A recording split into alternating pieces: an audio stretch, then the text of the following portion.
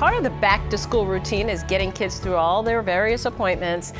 And as they get older, that includes getting an eye doctor into the mix. Here to help parents through that process is Dr. Melanie Caslis, a pediatric ophthalmologist at Mass General Brigham. Dr. Caslis, thanks for being with us. Good morning to you. How do parents know when it's time to start folding in those eye exams for their children, and what signs do you look for?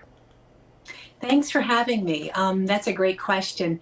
Parents have so much on their to-do list, getting their children back to school, but making sure that their children see well should be a top priority.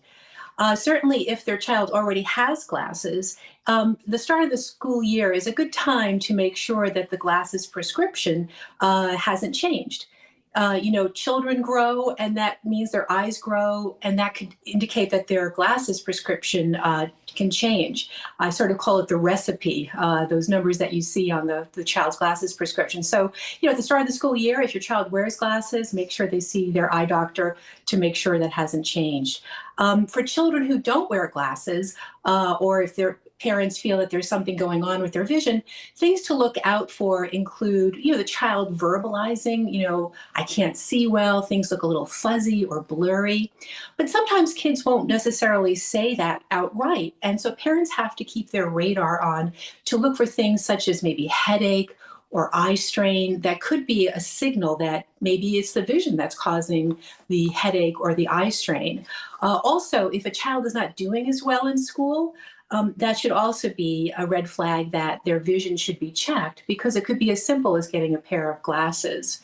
So that could be helpful signs, blurry vision, headache, eye strain, and maybe a drop off in their school performance. Look for those things, yes. And we know that kids are looking at more screen time more than ever, and we know that can impact the eyesight. Is there good guidance on setting limits there? What's important to know? That's a great question. Yeah, especially with the pandemic and the increase in screen time. So we do have some guidelines, certainly through the American Academy of Pediatrics. No screen time except for video chatting with relatives, up until age 2.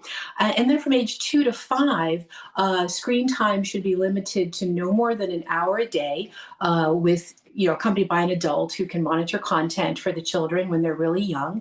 And then for school-age children from age 5 through 17, the AAP recommends no more than 2 hours of non-academic screen time per day.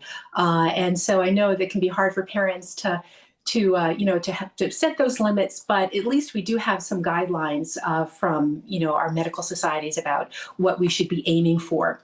Because when we're on digital devices, children can get eye strain. We even have a term for this called digital eye syndrome, and that can be characterized by dry eye, burning eyes, eye strain, tired eyes. Wow. So digital eye syndrome is real. Okay. And a helpful hint of how to improve this could be having some artificial tears around the house, or also just doing the 20-20-20 rule.